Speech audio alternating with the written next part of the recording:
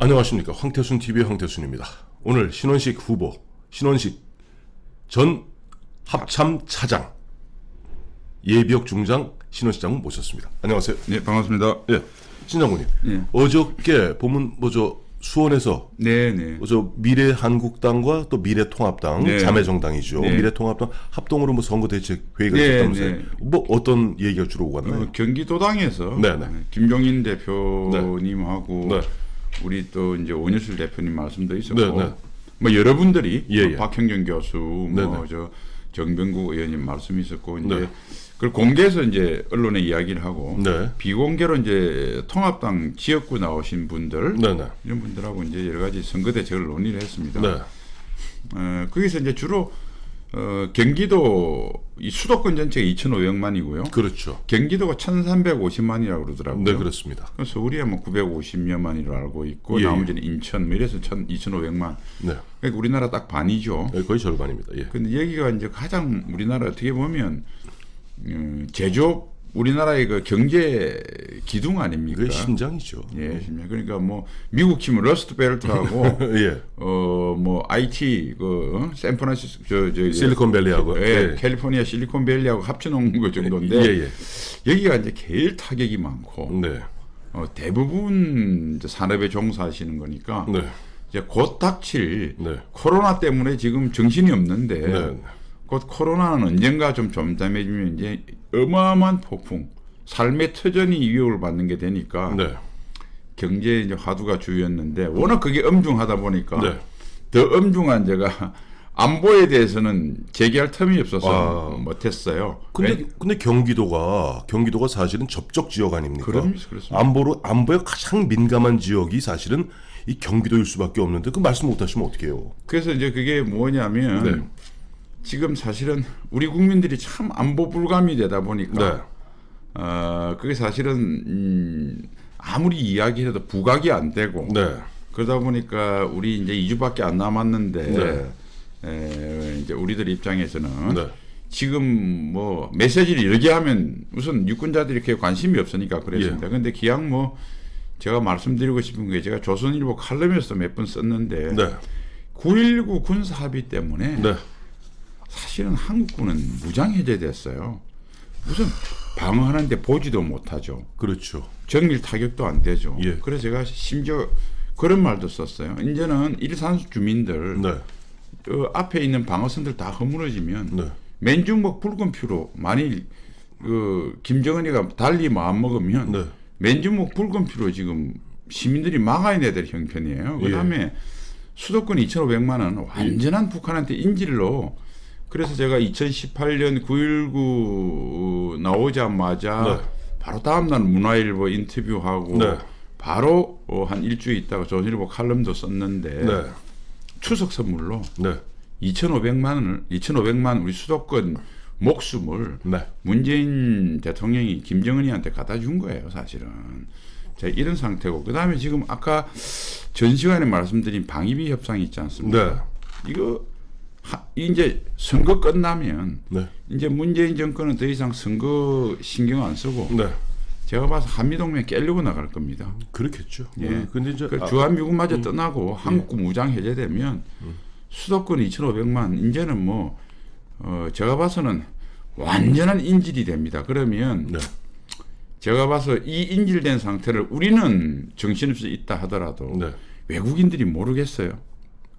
그게 바로 코리아 디스카운트 아니에요. 그다음에 셀 코리아, 바이바이 코리아 이렇게 되겠죠. 바이바이. 그럼 바이가 바이. 예. 자, 그 말씀하시니까 예전에 1983년에 아웅산 폭탄 테러가 있지 않았습니까?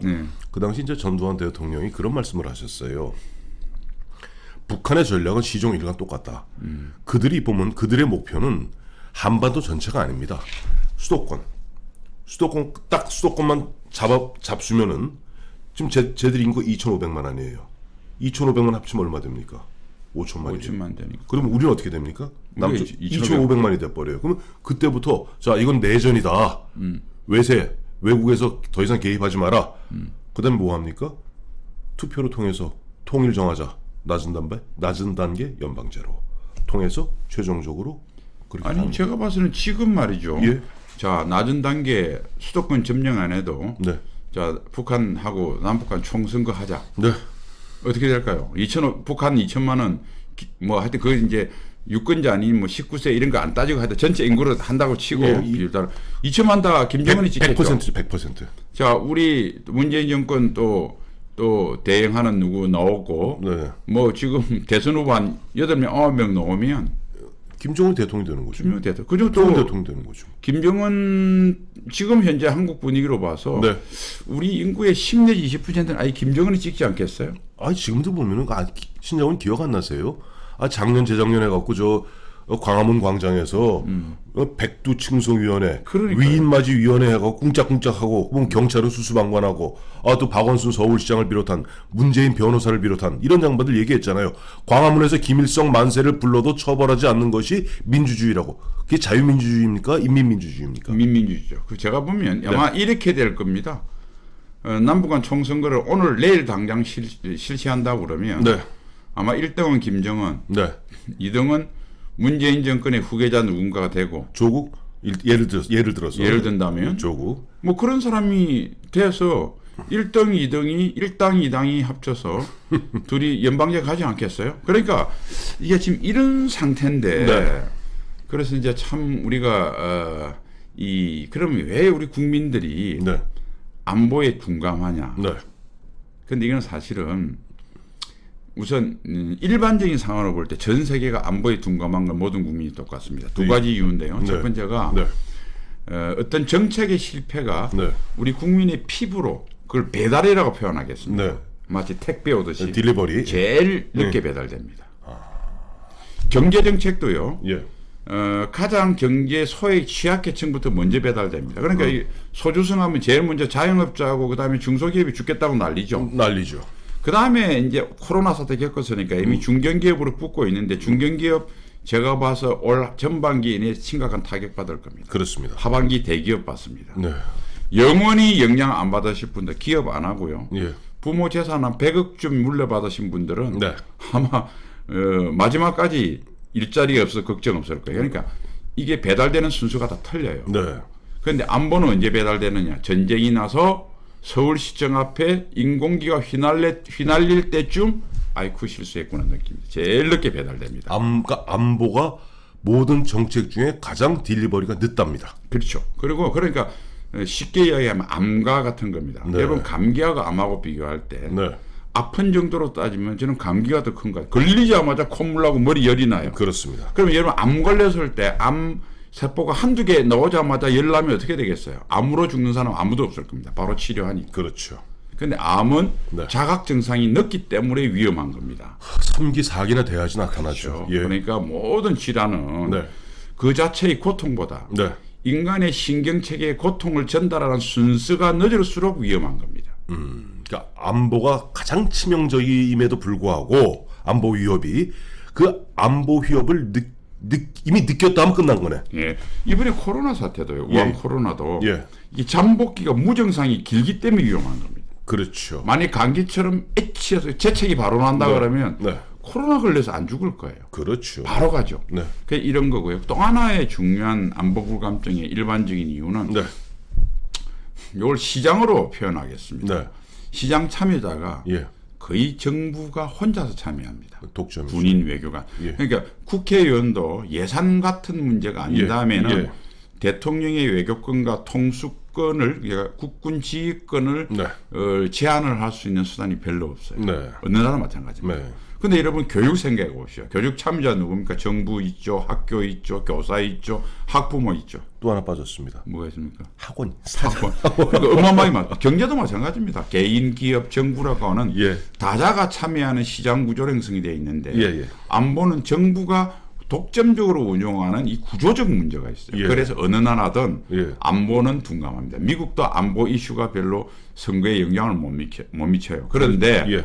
우리나라는 특히 못 미치는 게 예. 이 좌익들이 예. 끊임없이 우리를 위협하는 북한이나 중국에 대해서 네.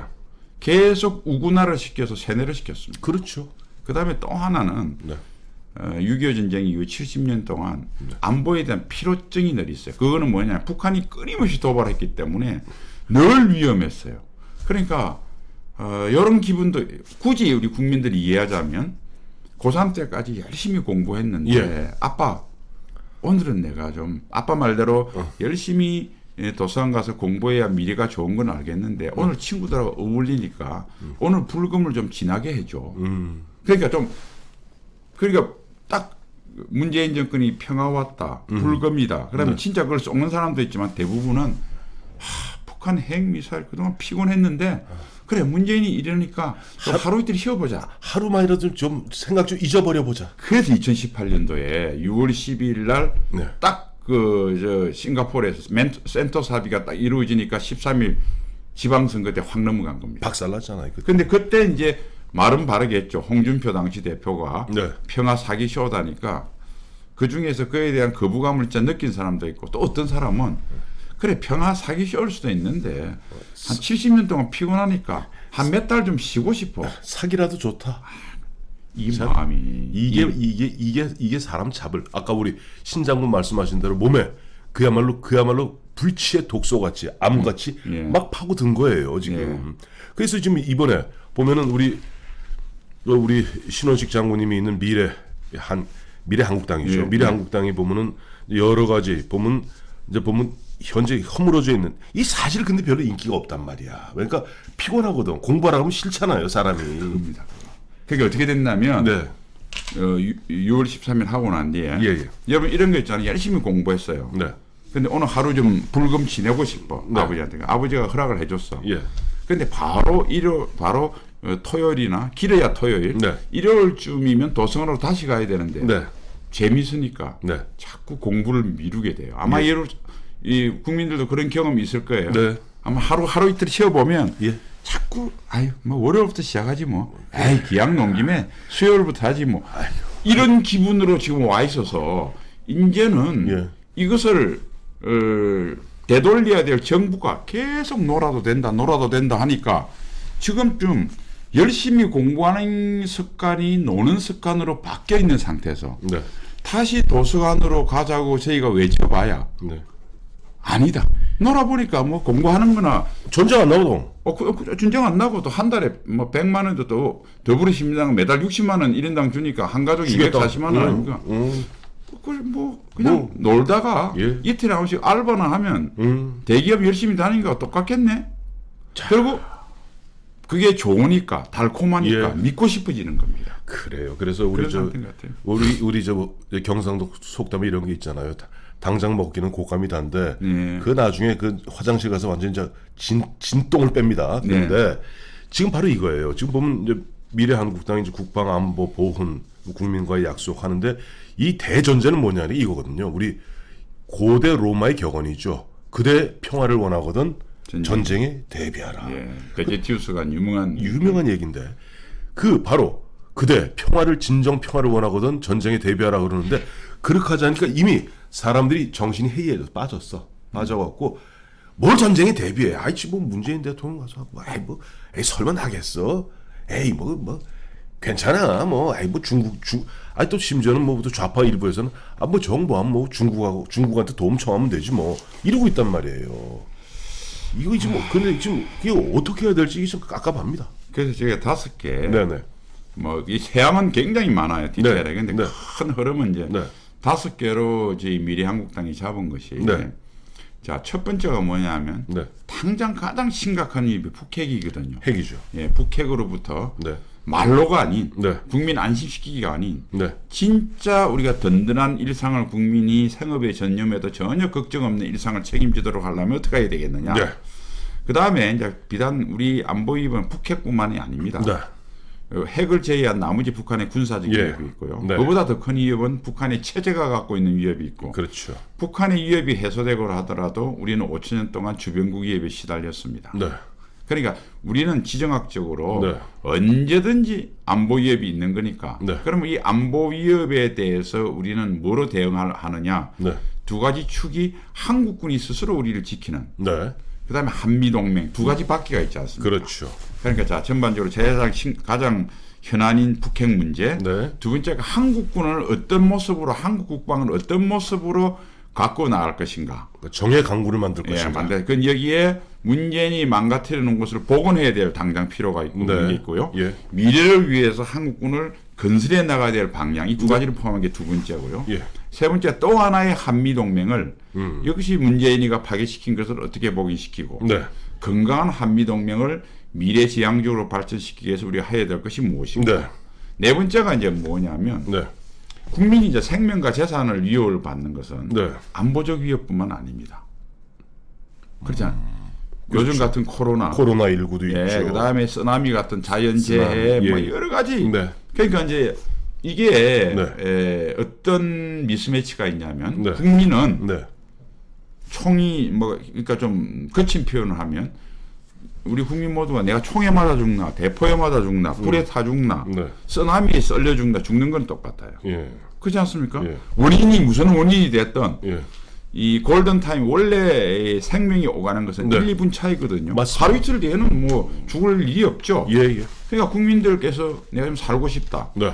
우리 집이 부서지는 것을 좀 막고 싶다라는 소요는 네. 원인과 상관없고 네. 그리고 원인이 상관없으니까 경찰관이 오든 군인이 오든 민방위복을 입건 공무원이 오든 네. 누가 오든 아니면 뭐 넥타이를 맨 일반 시민이 이웃집 주민이 오든 네. 구해줬으면 좋겠다는데 네. 정부의 체계는 어떻게 되냐면 원인별로 되어 있어요. 네.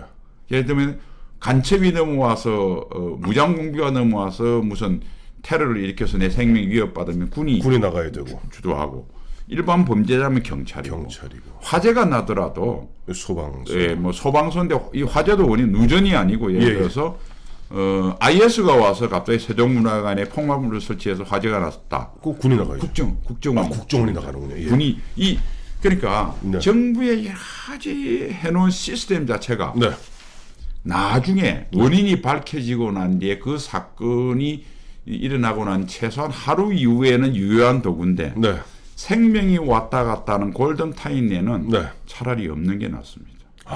그것 때문에 서로 책임을 미루거든. 아. 그래서 네 번째 항이 뭐냐면 예. 1, 2, 3번 항은 네. 주로 안보적 군사적 위협입니다. 그죠? 네, 4번은 뭐냐면 네. 모든 위협으로부터 국민의 생명과 재산을 보호할 수 있도록 예. 국가의 통합위기 관리 시스템을 만들겠다라는 거고요. 네.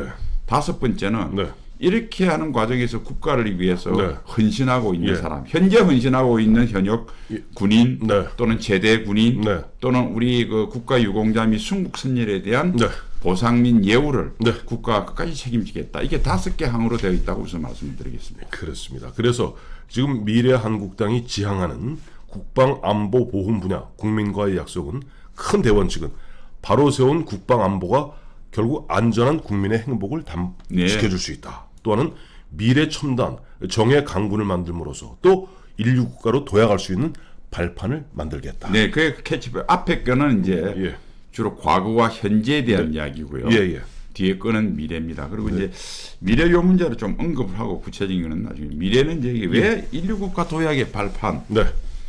자, 우리가 70년대 네. 잘 아시고 69년도 닉슨 닥터린을 네. 하고요. 71년 3월에 네. 그 당시 한국의 2사단, 7사단, 미국의 지상군 사단이 2개가 있었는데 7사단이 출근했죠. 예. 그래서 박정희 대통령께서 이거 안 되겠다. 네. 한국군 현대화계획에 착수하고 네. 그해 11월에 오원철 제2경제 얼마 전에 돌아가셨죠. 예, 예. 경제수석을 해서 방위산업을 방위산업. 하는데 네. 인프라가 안 깔렸으니 중화공업을 건설을 합니다. 네.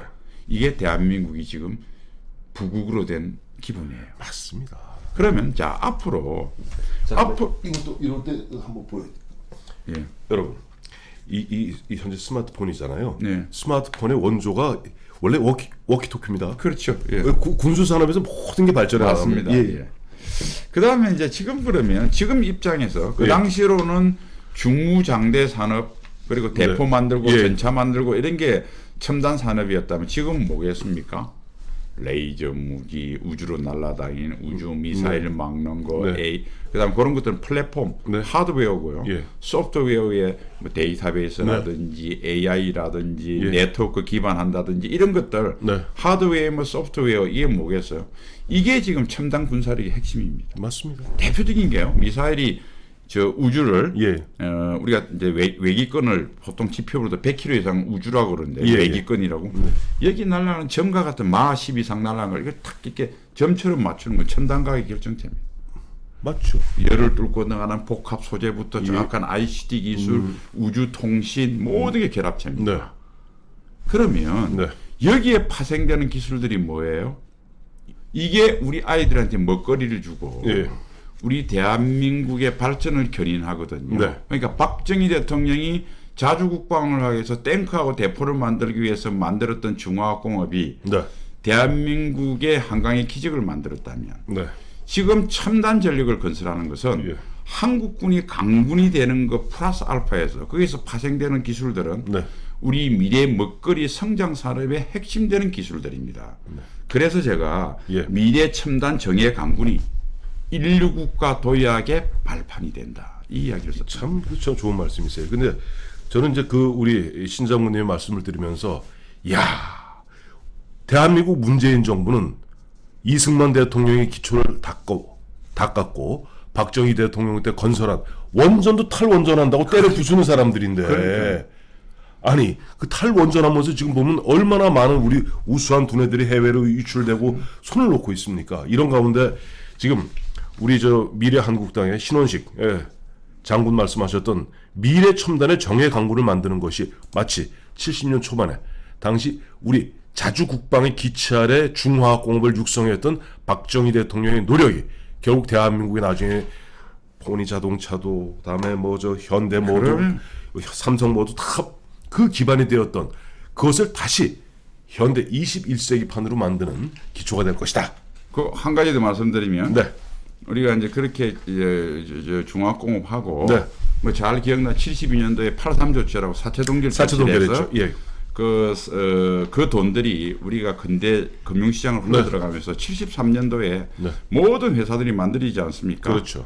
그러니까 그렇게 생각하시면 우리 지금 우리 선배 세대 네. 또 뭐 저희보다 한 20년 나이 위뿐이죠. 예. 그때 강남이 허브판에 판잣집에서 네. 이 코트 추운데 입고 강북으로 출근하는 거 아닙니까? 그렇죠. 회사 만들어진데 네. 그분들이 지금 다 부자 됐어요. 그래 지금 부자로 삽니다. 예. 그럼 우리 아들들도 예. 그렇게 해서 대한민국 성장과 함께 네. 한 5년 10년 기업에 근무하면 집도 살 수 있고 결혼도 할 수 있게 만들려면 이거 해야 됩니다. 이거 안 하고 지금 100만 원 60만 원 준다고 해서 뭐가 달라져요? 도저히 안 달라집니다. 그러니까 그리고 이제 우리가 어차피 4대 강국에 갇혀서 우리가 지금 뭐 저 아프리카로 이사 갈 수 있습니까? 남미로 이사 갈 수 있습니까? 어차피 중국, 러시아, 일본 이런 나라와 이웃 함께 때로는 인상 쓰면서 때로는 어깨동무하면서 살아갈 수밖에 없는 형편이에요. 그러니까 뭐 이런 측면에서 제가 말씀 올린 겁니다. 그렇습니다. 자, 지금 보니까 오늘 이 신원식 장군과 말씀을 나누는 가운데 저희가 보면은 애청자 여러분 요즘 차 타고 다니면 그 집 뭡니까 저 내비라고 그러죠. 내비 띵동 어디 갑니다 뭐 그거 다 보면 원래 군사기술에서 GPS 군사기술에서 나온 겁니다. 그러니까 우리 대한민국 지금 보면 어떻게 성장이 멈춰 있는데 이 멈추어진 성장을 다시 한번 어떤 도약의 발판으로 삼아서 우리가 앞으로 한 단계 더 점핑하기 위해서는 미래한국당을 찍어야 되나? 미리 몇 번 찍어야 돼요? 참. 지금 이제 번호는 4번이고요. 네. 기호는. 그런데 이제 칸은 아시겠지만은 비례당을 안 내는 그 더불어민주당하고 미래통합당은 빠지니까 칸은 두 번째입니다. 두 번째 칸이군요. 그러니까 번호보다는 뭐 칸을 두 번째, 정당 투표 칸 두 번째 찍어주시면 뭐 이런 국민과의 약속을 최대한 보답하도록 노력하겠습니다. 그래서 정당 투표 우에서 두 번째랍니다. 미래한국당. 자, 우리 신원식 후보 모셨습니다. 감사합니다.